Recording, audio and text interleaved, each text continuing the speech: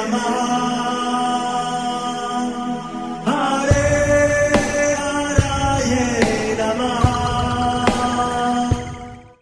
कृष्णा।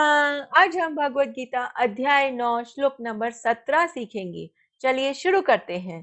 पिता अहमस्य जगतो माता दाता पितामह वेद्यं पवित्रमोंकार ऋक्साम यजुरेव च। अब हम इसे धीरे धीरे बोलकर समझते हैं।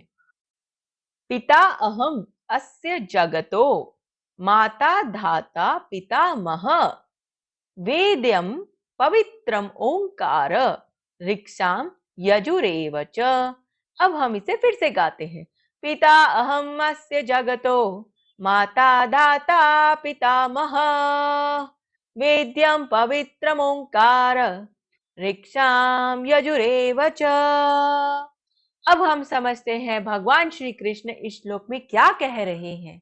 मैं इस ब्रह्मांड का पिता, माता, आश्रय तथा पितामह हूँ। मैं ज्ञेय, जानने योग्य, शुद्धिकर्ता तथा ओंकार हूँ। मैं ऋग्वेद, सामवेद तथा यजुर्वेद भी हूँ। हरे कृष्णा। चलिए अब हम महाप्रेम प्रभु जी से इस श्लोक के बारे में और अच्छे से समझते हैं। हरे कृष्णा जी। तो यहाँ पर भगवान श्री कृष्ण दूसरा श्लोक में बता रहे हैं कि कैसे विश्व रूप में भगवान की पूजा की जा सकती है। तो पिछले श्लोक में क्रतु यज्ञ के संबंध में बताया। ये सारे ऐसे तत्व है जो हमारे आसपास रहते हैं। जैसे यहाँ पर बताया गया, पिताहमस्य जगतो माता धाता पितामह। जब हम अपने माता पिता को देखते हैं तो हमारे शास्त्र बोलते हैं, मातृ देवो भव, पितृ देवो भव, आचार्य देवो भव। ये आचार्य और ये माता पिता, ये वास्तव में हमारे लिए बहुत ही सम्माननीय है, आदरणीय है, और उनको हमें देवतुल्य समझना चाहिए। पर जब हम शास्त्रों को गहराई से देखते हैं तो वहाँ पर हमें पता चलता है कि कई बार जो माता पिता अपने संतान को भगवान की भक्ति नहीं सिखाते, वे वास्तव में सही तरह से अपना कर्तव्य कर्म नहीं निभाते। बहुत सारे माता पिता बच्चों को हर तरह की शिक्षा देते हैं, पर भगवत गीता का ज्ञान नहीं देते, भक्ति के बारे में नहीं बताते।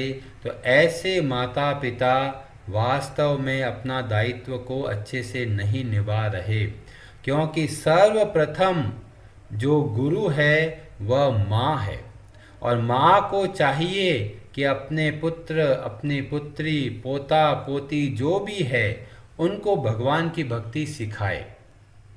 तब वे वास्तव में देवतुल्य बन जाते हैं। पर आजकल तो माता पिता एक तो भक्ति के बारे में भी नहीं बताते। क्यों नहीं बताते? क्योंकि वे खुद को भी नहीं पता कि भक्ति कितनी आवश्यक है। और इसलिए बहुत ज़रूरी है कि हमें अच्छे से भक्ति करनी है, और जो हमारे आश्रित है उनको भी भक्ति सिखानी है। पर जब हम थोड़ा और गहराई से देखते हैं तो पता चलता है, अरे हमारे तो इतने सारे जन्म हो चुके हैं, और हर जन्म में एक माता और एक पिता मिले हैं। पर यहाँ पर भगवान श्री कृष्ण बोलते हैं, पिताहमस्य। भगवान श्री कृष्ण हमारे वास्तविक माता, पिता, धाता और पितामह है। सबने हमारा साथ छोड़ा है, इस शरीर ने भी हमारा साथ छोड़ा है, पर भगवान ने कभी भी हमारा साथ नहीं छोड़ा। जिस जिस शरीर में गए, कभी देवता के रूप में गए, कभी दानव के रूप में गए, कभी पशु के रूप में, कभी पक्षी के रूप में, कभी भारत में, कभी विदेश में, जहाँ भी जन्म लिया, भगवान श्री कृष्ण हमारे साथ परमात्मा के रूप में चले हैं। और इतना होते हुए भी बहुत सारे लोग भक्ति करते हैं केवल स्वार्थ के लिए। स्वार्थ के लिए कैसे है कि जब भी भगवान से के पास जाते हैं कुछ ना कुछ मांगते हैं, मेरे को ये दिला दो, मेरे को वो दे दो, मेरी समस्या हल कर दो, मेरे को स्वस्थ कर दो, इस तरह की भक्ति करते हैं। तो ये ऐसा ही है जैसे कोई बच्चा अपनी माँ से नाराज होके चला जाए, पर माँ का हृदय चिंतित रहता है, अरे बेटा भटक जाएगा, तो साथ में सहायता के लिए भेजता है कुछ न कुछ। पर बेटे को जब जरूरत पड़ती है तो वापस आता है अपनी माँ के पास और बोलता है, माँ मैं वापस आया हूँ। तो माँ को बहुत अच्छा लगता है, अरे मेरा बेटा वापस आ गया। पर फिर बेटा बोलता है, मुझे कुछ पैसों की जरूरत है।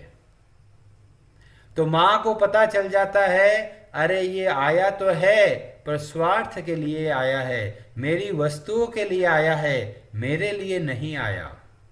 पर अगर कोई बच्चा वापस आके बोलता है, माँ मैं आ गया, मेरी गलती थी, मैं भूल गया, तुमने मेरा इतना ध्यान रखा, अब मैं आया हूँ केवल आपके लिए, तब माँ को बहुत अच्छा लगता है।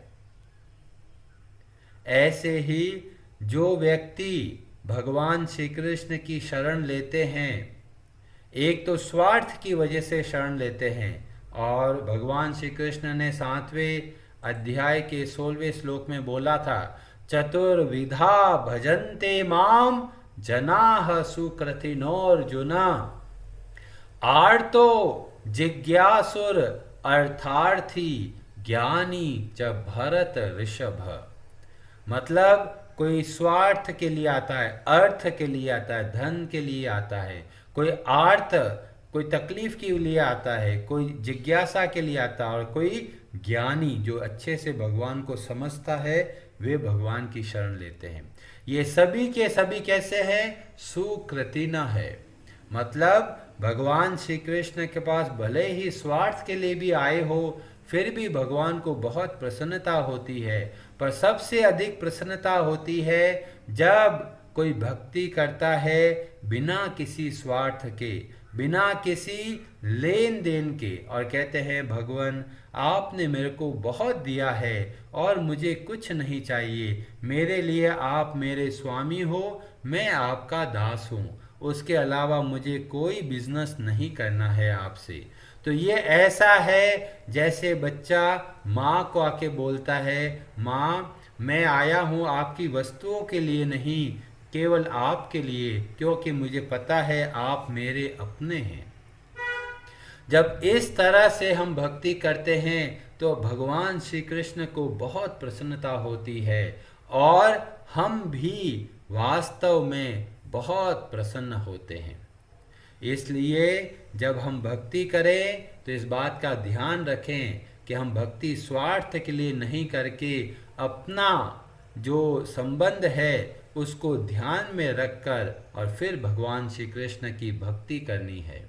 और ये बात का आप ध्यान रखें कि जैसे कोई व्यक्ति है, अभी कोई जान पहचान नहीं है तो थोड़ा संकोच होता है, अरे उससे मैं कैसे बात करूं, उसको तो मैं जानता ही नहीं। तो इसीलिए कई बार जो लोग भगवान कृष्ण की भक्ति नहीं करते, फिर कभी जरूरत पड़ती है तो मन में संकोच आता है, अरे पहले तो कभी भक्ति करी नहीं है, क्या भगवान कृष्ण हमारी बात को सुनेंगे? तो बोलते हैं, भगवान पिताहमस्य, तुम भले ही संबंध को भूल गए पर मैं नहीं भूला, मेरे लिए तुम सब मेरे अपने हो। और उसी के लिए भगवान ये सब व्यवस्था करते हैं। सारा धात्र, धात्र का मतलब आश्रय देने वाला, ध्यान रखने वाला, और भगवान ने सारी व्यवस्था करी है हमारे लिए कि हम इस संसार में अच्छे से जी पाए। पर फिर भी हम अपने स्वार्थ की वजह से, काम, क्रोध और लोभ की वजह से हम खुद अपने आप को कष्ट पहुंचाते हैं। और भगवान हमारी सहायता के लिए खुद भी प्रकट होते हैं, अर्च विग्रह के रूप में प्रकट होते हैं, भक्तों को भेजते हैं, ज्ञान को भेजते हैं। ये सारे उपनिषदों का ज्ञान, शास्त्रों का ज्ञान हमको देते हैं और इससे हमें पता चलता है हमारा और भगवान का संबंध। बहुत सारे लोग ऐसा समझते हैं, अरे जीवन में बहुत कष्ट है जी, बता नहीं भगवान क्या कर रहे हैं, इतनी तकलीफ है और ऐसा लग रहा है भगवान तो क्षीर सागर में सो रहे हैं। पर ऐसा नहीं है। यहाँ पर माता शब्द का प्रयोग किया। एक सामान्य माँ भी व्याकुल रहती है अपने बच्चे को कष्ट में देखकर, तो क्या भगवान व्याकुल नहीं होते? बहुत व्याकुल होते हैं। हमारे दुख को देखकर वे स्वयं बहुत दुखी होते हैं और वे प्रयास करते हैं कैसे इसकी सहायता करूं। इतने दयालु भगवान को छोड़कर हम न जाने किस किस का आश्रय ढूंढते हैं। कभी क्या मज़े के लिए कहाँ चले जाते हैं, कभी क्या क्या कार्य करते हैं मज़े के लिए, इस मन को खुश करने के लिए, पर भगवान को हम भूल जाते हैं। जैसे ही हमारे सामने दो अवसर आए, एक है भगवान के नाम का जप करना और दूसरा संसार का कार्य करना, तो ज़्यादातर लोग सबसे पहले संसार को महत्व देते हैं। चलो पहले मैं वो काम कर लेता हूँ, फिर भक्ति करूँगा, फिर ये काम कर लेता हूँ, फिर भक्ति करूँगा। और ऐसे करते करते न जाने कितने जन्म बिता दिए और अभी भी बहुत लोग बूढ़े हो गए इस मन के धोखे में आकर कि करेंगे जी भक्ति करेंगे, अभी उम्र क्या है हमारी, आराम से करेंगे जब बूढ़े हो जाएंगे। तो ऐसे लोग ऐसे हैं जो कृतज्ञ है, मतलब जो भगवान का दिया हुए वस्तुओं में अपना स्वार्थ देखते हैं और भगवान श्री कृष्ण की भक्ति नहीं करते। तो भक्ति क्यों करना है? क्योंकि वास्तव में वे भगवान श्री कृष्ण हमारे अपने हैं और जब हम इस भाव से भक्ति करते हैं तो हमें भक्ति में बहुत संतुष्टि और आनंद प्राप्त होता है। जब भी आपका मन व्याकुल हो, घबराए, चिंता करे कि अरे क्या होगा कल, आप इस श्लोक को याद रखें, पिताहमस्य जगतो, मैं संपूर्ण जगत का पिता हूँ। मेरे हृदय में माता और पिता का हृदय है। और जब जीवन में कष्ट आए तो भगवान का यह संबंध को याद रखें। जैसे ही हम इस संबंध को याद करते हैं हमारा भय चला जाता है। क्यों भय चला जाता है? क्योंकि पिछले श्लोकों में बोला था, मय्याध्यक्षेण प्रकृति सूयते सचराचरम, सब कुछ भगवान के नियंत्रण में है। और वे भगवान कौन है? हमारी माँ की तरह है। जब उनको ऐसा समझेंगे तो भविष्य की कोई चिंता हमको नहीं सताएगी। भविष्य में कोई बीमारी आ जाएगी, कई लोग चिंता करते हैं अरे बीमार हो गए तो क्या होगा, तो आप निश्चिंत रहिए, माता और पिता की तरह कार्य करते हैं भगवान श्री कृष्ण। और यहाँ पे बोला गया वेद्यम, जानने योग्य। बहुत सारे लोग तरह तरह का ज्ञान प्राप्त करने का प्रयास करते हैं, पर वे ज्ञान हमारे लिए अधूरा है जब तक हम भगवान श्री कृष्ण को नहीं जानते। और जो भगवान श्री कृष्ण को जानते हैं, समझते हैं और भक्ति करते हैं, तो वास्तव में उनको जो जानने की आवश्यकता है वो सब कुछ जान चुके हैं। इसीलिए यहाँ पर बोला गया वेद्यम, जानने योग्य। सारे शास्त्रों के द्वारा हमें किसको समझना है? कि सारे शास्त्रों के द्वारा हमें भगवान श्री कृष्ण को समझना है। अब कोई बोलेगा अरे शिव पुराण में तो भगवान शिव के बारे में आता है, देवी भागवत में देवी के बारे में आता है, और भी इतने सारे पुराण हैं उसमें अलग अलग देवी देवताओं का वर्णन आता है।